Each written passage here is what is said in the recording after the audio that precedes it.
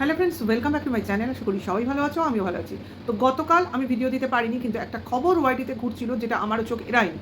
সেটা হচ্ছে ফোকলার কোনো একটা চিঠি যেটা কিনা বালিশের তলায় ছিল, এবং কিছু খবর তার সঙ্গে, অর্থাৎ তার কিছু নিজেকে লোপাট করে দেওয়ার কিছু প্রসঙ্গ। ঠিক আছে, যাই হোক, সেগুলো ডাইরেক্ট সম্বন্ধে আমি কিছু বলতে চাইছি না, কিন্তু তার পরবর্তী ক্ষেত্রেও কোনো খবর অন্তত আমি পাইনি। ঠিক আছে, যে এরপরে ঠিক কী হলো বা অ্যাকচুয়ালি কী হলো বা অরিজিনালি কী হলো সে সম্বন্ধিত কোনো খবর সংবাদ আমাদের সামনে আসেনি। তো একটাই কথা প্রথমে বলা উচিত, যে এত কিছু করলাম, এত কিছু বললাম, এত কিছু দেখালাম, এত কিছু ডিসক্লোজ করলাম, এত কিছু রিভেঞ্জ নেওয়ার জন্য তৈরি হলাম, আমার জেল হয়ে যাক, আমার অমুক হয়ে যাক, তবু আমি পিছু হাঁটবো না। তাহলে আজকে যে কথাটা বলে আবার কালো মেল করার চেষ্টা চলছে বা ঘটানোর চেষ্টা হয়েছে, তো সেটাকে কি বলবে? এটাকে কি পিছু হটা বলে না? এটাকে কি হেরে যাওয়া বলে না? এটাকে কি গোহারা বলে না? আমি খেলতে নেমেছি, কিন্তু আমার জেতার ইচ্ছা ছিল না। আমি হারতেও পারি, আমি জিততেও পারি। তো এখানে ফোকলার কি হলো? গোহারান হারলো, না বামাল সমেত পিছু হটলো? কি হলো সেটা এখনও আমাদের সামনে পরিষ্কার নয়। তবে একটা জিনিস পরিষ্কার, সেটা কি? ফোকলার কোর্টে বল নেই। ঠিক আছে, অর্থাৎ ফোকলা এখন একা, আকেলা, বেচারা, মানে আর কি বলবো, হতভাগ্য, হতদরিদ্র, অসহায়, হতভাগা ইত্যাদি ইত্যাদি আখ্যায় ভূষিত হয়েছে। ঠিক আছে, অ্যাকচুয়ালি ফোকলা বুঝতে পেরে গেছে সে যেটা করতে চেয়েছিল সেটা ঠিক সে করে উঠতে পারেনি। অর্থাৎ সে কারুকে কালো মেল করে তার হস্তগত করতে চেয়েছিল, কিন্তু সেটা তো হলোই না, উল্টে সে একটা ফাঁদে পড়ে গেল। কিন্তু সেই ফাঁদ থেকে সে বেরোতে পারলো কি পারলো না, সেটার ব্যাপারটা একমাত্র ফোকলাই বলতে পারে, বা ফোকলার যারা করিবি দোস্ত আছে তারা বলতে পারে। বিশেষ করে ঢ্যাঁড়স বলতে পারে আমার মনে হয়, কারণ ঢ্যাঁড়সের সঙ্গে ফোকলার বন্ধুত্ব এখন মনে হচ্ছে সেই লেভেলের। কারণ ঢ্যাঁড়স এখন ফোকলাকে সাপোর্ট করছে, ফোকলার অবস্থা দেখে তার হৃদয় গলছে, অর্থাৎ সে এখন সমব্যথী মনে করছে নিজেকে। হ্যাঁ, তো সেই জায়গায় দাঁড়িয়ে হয়তো ফোকলার আপডেটটা আমরা ঢ্যাঁড়সের কাছ থেকেই পাবো ভবিষ্যতে, এইটুকু বলতে পারি। তো যেটা করতে চেয়েছিল সেটা তো করতে পারেনি, আর নিজের জন্য কবর করে ফেলেছে, সোজা কথা। এটা হলো ফোকলার সম্বন্ধে আমার বক্তব্য।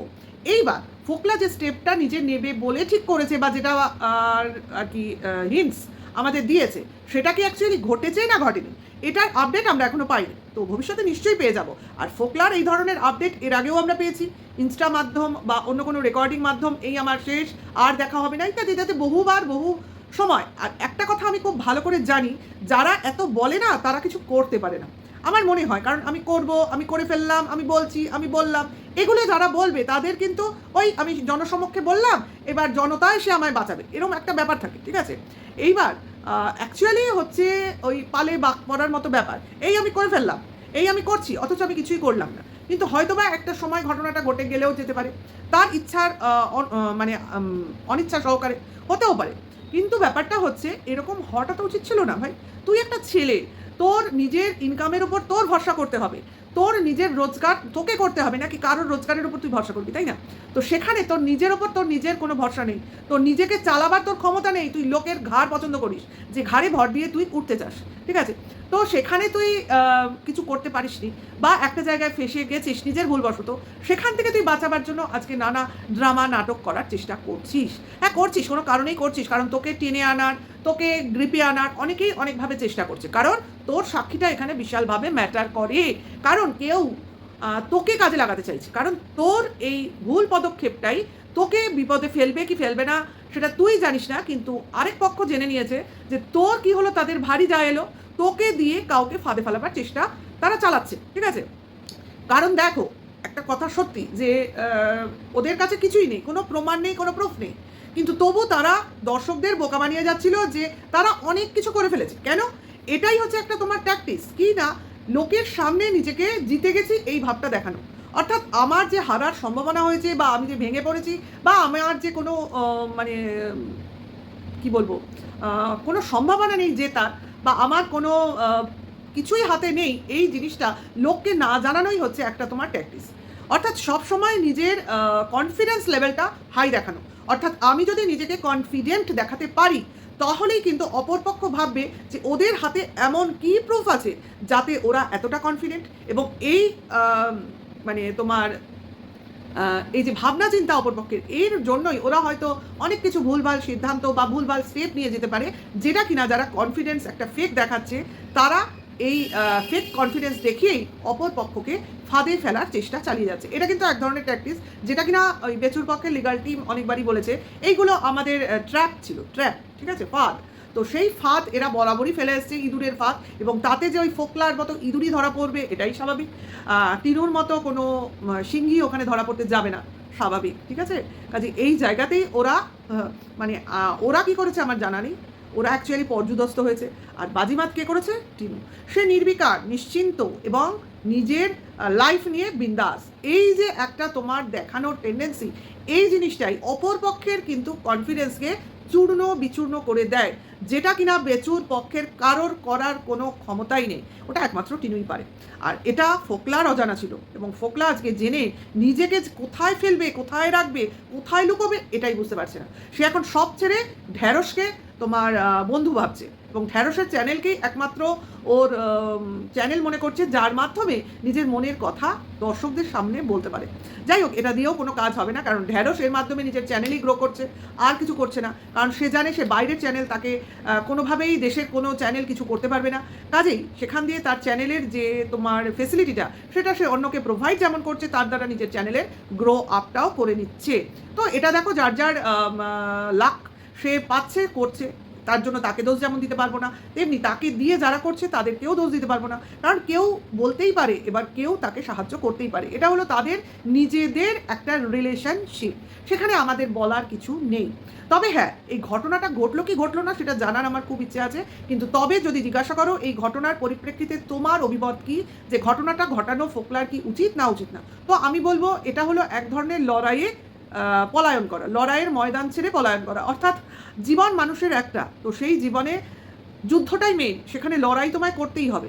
এবার সেটা তুমি সৎ পথে লড়াই করবে না অসৎ পথে লড়াই করবে, সেটা তোমার কর্ম।